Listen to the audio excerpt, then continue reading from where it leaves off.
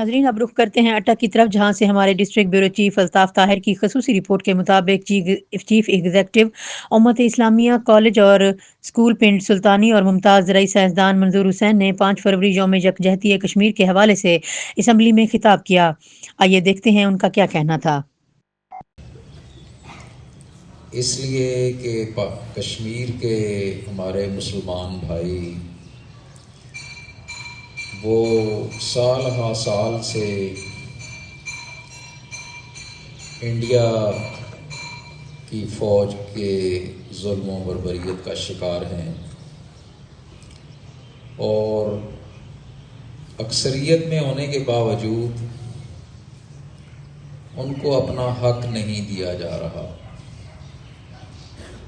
اس حق کو حق خود ارادیت کہتے ہیں۔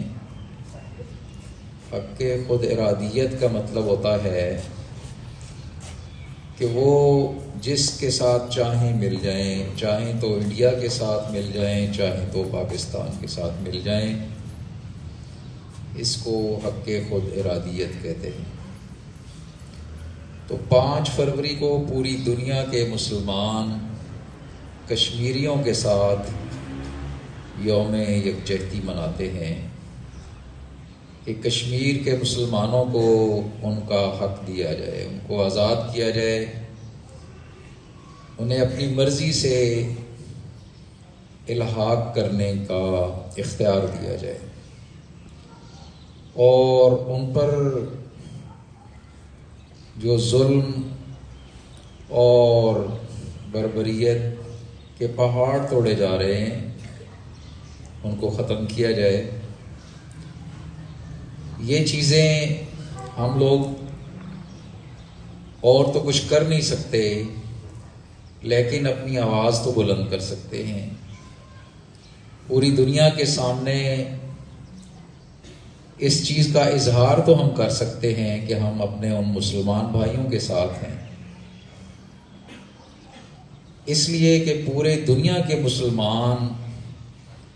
ایک جسم کی مانند ہے کہ جس طرح جسم کے کسی حصے میں تکلیف ہو تو سارے جسم کو تکلیف ہوتی ہے،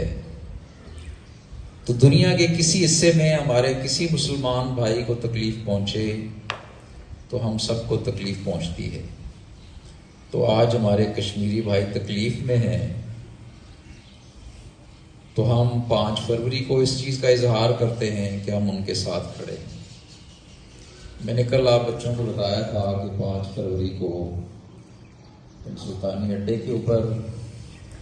اس مقصد کے لیے ایک پروگرام ہم نے بنایا ہے